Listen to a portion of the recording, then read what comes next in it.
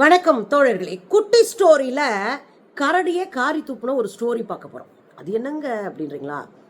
ஏங்க, சீமான் அண்ணன் அவர் எம்மோம்பிரிய ஆள் எப்படி ஸ்டோரி சொல்லுவார். அவர் ஸ்டோரி சொன்னார்னா உண்மை மாதிரியே நம்பி தம்பிங்க விசிலடிக்கிற அளவுக்கு அப்படி ஸ்டோரியை கட்டி எழுப்பி சொல்லுவார். அவர் புளிச்சுன்னு துப்பிடுச்சுங்க சின்னம்மாங்க. எனக்கே கவலையாக போச்சு, அண்ணனுக்கான இந்த நிலைமை அப்படின்னு மனசு ஆடி போச்சுன்னா பாருங்களேன் என்ன நடந்துச்சு தெரியுங்களா? பொதுவாக அரசியல் தலைவர்களை எல்லாம் அழைச்சிட்டு போய் உட்கார வச்சு பத்திரிகையாளர்களை மாணவர்களை எல்லாம் கேள்வி கேட்க வைப்பாங்க. அந்த கேள்விக்கு அரசியலாக தலைவர்கள் பதில் சொல்லுவாங்க. இல்லை, நம்ம சின்னமாங்க இப்போ ரொம்ப அடி வாங்கிட்டு இருக்காரா? நேற்று கூட அவங்க அப்பா கட்சியை விட்டே நீக்கிட்டாரு, பதவி இல்லாமல் போச்சு. அப்படி இருந்தும் ஊர் ஊராக போய் ரோடாக போய் மக்களை சந்திச்சு சிறை நிரப்பும் போராட்டத்தை நான் நடத்த போகிறேன் அப்படின்னு சபதம் பண்ணிட்டு இருக்காரு. சந்தோஷம், அரசியலாக அவர் எதை வேணாலும் செய்யட்டும். ஆனால் என்ன சிக்கலாக இருக்குது அப்படின்னா, இங்கே போன இடத்துல ஒரு பையன் வன்மமாக கேள்வி கேட்டாங்க. தமிழரசன் ஒரு பையன் ஒரு கேள்வியே கேட்குறாப்புல. யார்கிட்ட? சின்னமாங்க கிட்ட. என்ன கேள்வி கேட்குறாரு? ஐயா, என் பேர் தமிழரசன், ரொம்ப நாளாக என் மனசுக்குள்ள ஒரு கேள்வி இருக்குது, சொல்லுப்பா. ஐயா, எப்படிங்க மாம்பழ சின்னத்தை தேர்ந்தெடுத்தீங்க? என்னவா, இந்த தமிழரசனுக்கு ரொம்ப நாளாக நம்ம சின்னமாங்க பெரியமாங்கன்னு போட்டு பொழந்துட்டு இருக்கோம். இந்த பையனுக்கு எப்படா மாம்பழத்தை எடுத்தாங்க?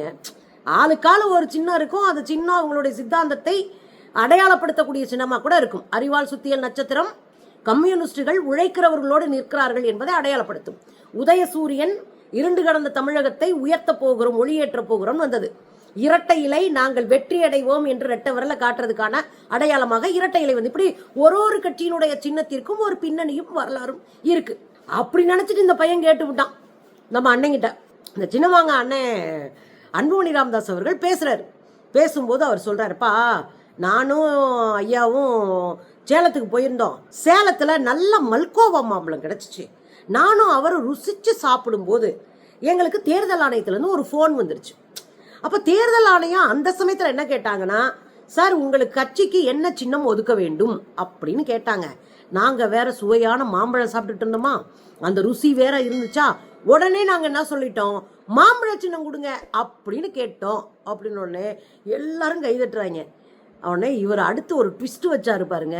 அப்படின்னு சொல்லுவேன்னு பாத்தீங்களா அப்படின்னாரு. இப்படி கதையை சொல்லிட்டு அப்படின்னு சொல்லுவேன்னு பாத்தீங்களான்னு என்ன அர்த்தம்? யோ, இதெல்லாம் இல்லையா கதை, அதுக்கு வேற கதை இருக்கு அப்படின்றது அர்த்தம். அப்படிலாம் சொல்லுவேன்னு பாத்தீங்களான்னு அசிங்கப்படுத்திக்கிட்டாரு. அதோட அவர் என்ன சொன்னாரு தெரியுங்களா?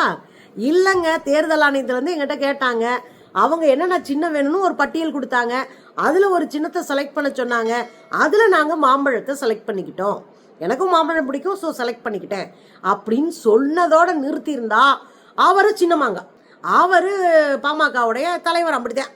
ஆனால் அடுத்து ஒரு ட்விஸ்ட்டை போட்டார் பாருங்க. தம்பி, சீமான் மாதிரி எனக்கு கதையெல்லாம் சொல்ல தெரியாது தம்பி அப்படின்னு ஒரு பாயிண்ட்டை போட்டார் பாருங்க. மொத்த கூட்டமும் கைதட்டி சிரிக்குதுங்க. சார், என் பேர் தமிழரசன் சார். எனக்கு ரொம்ப நாளாக ஒரு கேள்வி இருக்கு. உங்கள் கட்சியோட சின்னம் இருக்குல்ல மாம்பழம், அதுக்கு காரணம் என்ன சார்? அதை வச்சு அதாவது ஒரு முறை சேலத்துக்கு போயிருந்தோம். அங்கே சேலத்தில் இருக்கிறப்போ அங்கே மல்கோவா மாம்பழம் நான் ஐயாலாம் சாப்பிட்டுட்டு இருந்தாங்க. அப்போ தான் ஒரு செய்தி வந்தது எலெக்ஷன் கமிஷன்லேருந்து, என்ன சின்னம் வேணும் உங்களுக்கு அப்படின்னு வந்தது. அப்புறம் பார்த்தோம் மாம்பழம் இருந்தது. சரி, மாம்பழம் சின்னம் அப்படின்னு முடிவு பண்ணிட்டோம். அப்படின்னு சொல்லுவேன்னு பார்த்தீங்களா? எந்த ரீசனும் இல்லை, just like that we chose மாம்பழம். காமிச்சாங்க இதில் மாம்பழம் எனக்கு ரொம்ப பிடிக்கும். Okay, super sir. சீமான் மாதிரி எனக்கு அதெல்லாம் சொல்ல தெரியாது. அதனவா சீமான் மாதிரி எனக்கு கதை சொல்ல தெரியாது தம்பி அப்படின்னு பாருங்க. அண்ணே சரியா சொன்னீங்கண்ணே அப்படின்னு பின்னாடி இருந்து குரல் வருது. எனக்கு என்னன்னா, அண்ணன் 1000 கதை சொன்னார். அரிசி கப்பல் கதை, யானை கதை, ஆமை ஓட்டு கதை, ஆமக்கறி கதை, இட்லி கறி கதை, ஊருப்பட்ட கதை சொல்லியிருக்கிறாரு. ஆனால் அந்த கதை எல்லாருக்கும் போய் சேர்ந்துருக்கு பாருங்க.